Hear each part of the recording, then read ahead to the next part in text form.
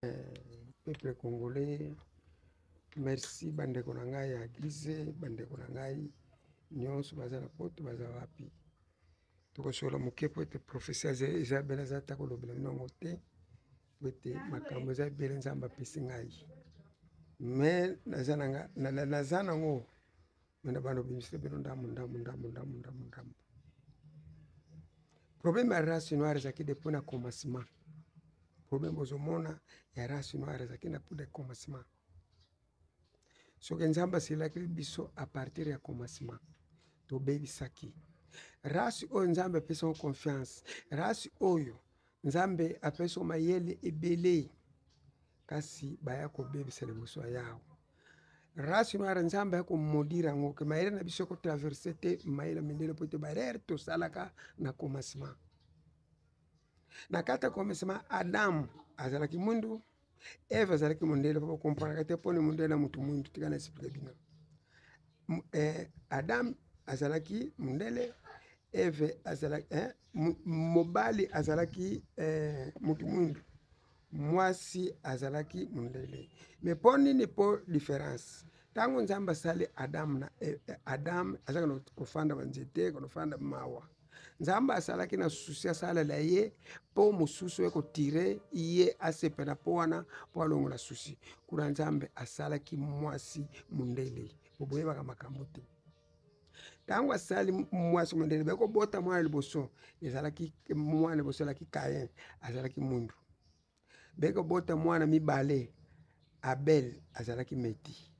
Alors après na âge de 25 ans ya Kain et 17 ans ya Abel po basaki différence ya munene poko botama.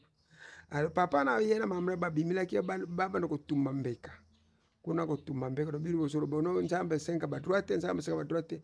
Problème to côté lelo ezaki problème ya ba sacrifice. Nzambe loko basa kotikozwa wana nzambe sengeli batumba ngo. Comme yo biloko zo sengeli opesa nzambe. Comme obo yo sengeli bo pesa nzambe tumba mbeka. Yango bo sa président Félix. Mois de février tozo kota sala cérémonie. Apesa nzambe merci. Apesa nzambe mbeka. 10% ya richesse RDC. Apesa nzambe.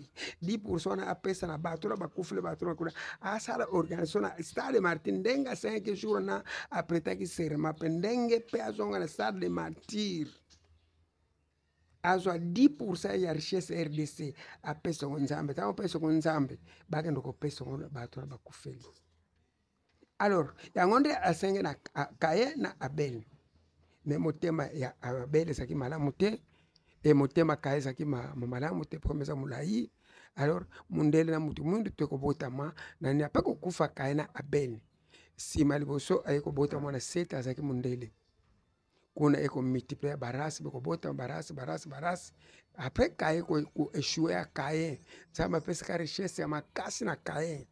Mon frère, nzamba bungi saki mayele nyonso biso ba nzamba pesika livre premier Jérusalem linko ebe soiro livre premier Jérusalem po boyeba po problème na biso za compter na premier Jérusalem kono to bebi saki même pona ndi ba pikime baza bo pona ndi ba bandundo pona nini bo nzamba pesi détail nyonso planète wana bazala kino komba planète bord ezalaki planète bord comme l'état ezali planète wana nzamba a plongé yango na fleuve Congo ezo na puissance RDC nyonso donc ezalaki nini nzamba pesi 200 planètes apesi jusqu'à pesi nga 36 000 détails ya ba langue.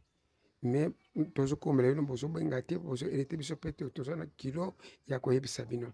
Alors vous faites ça nzamba zongeli bino lengo to faire comprendre ko to kota suta na rer to comprendre to za la bomoko to kolonga na bomoko.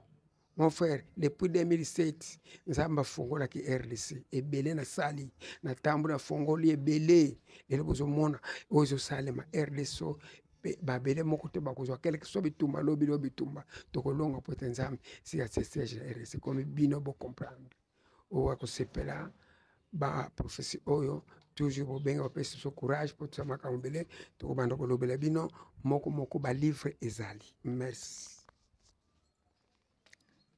Alors voilà, donc maintenant Adam et Ève avaient une descendance totale de 67 000 filles et 700 fils. après Caïn et Abel. Alors, mais Dieu voulait que les enfants d'Adam puissent exprimer la reconnaissance au Créateur. C'est pourquoi il donna à Caïn et Abel le rôle de sacrificateurs pour rétablir l'alliance entre Dieu et l'homme et pour offrir à Dieu des sacrifices. Mais Caïn était fils aîné, suivi d'Abel. Ils étaient des enfants de la promesse. Lire dans Genèse 5, verset 4. Et Adam vécut 800 ans. Ils ont eu 350 enfants, et filles et garçons, et ces enfants naissaient par la puissance du Saint-Esprit. Et l'Éternel Dieu voulait qu'il remplisse la terre de l'espèce humaine. Et 128 ans s'écoulèrent depuis la mort d'Abel jusqu'à la naissance de Seth. C'est pourquoi il écrit qu'Adam et Ève eurent plusieurs autres enfants, garçons et filles. Lire dans Genèse 5, verset 4. Dans le nombre des 350 enfants d'Adam et Ève, l'on distingua 150 enfants noirs, 150 enfants blancs, 50 enfants métis. C'est parmi les 350 enfants que sortirent les 5 races du monde, à part la 6e race. Ce sont ces enfants-là qui remplirent le monde. Adam mourut avant, puis Ève et sa femme suivirent. Au moment de leur mort, la population mondiale était autour de 67 000 femmes et 700 hommes. Merci.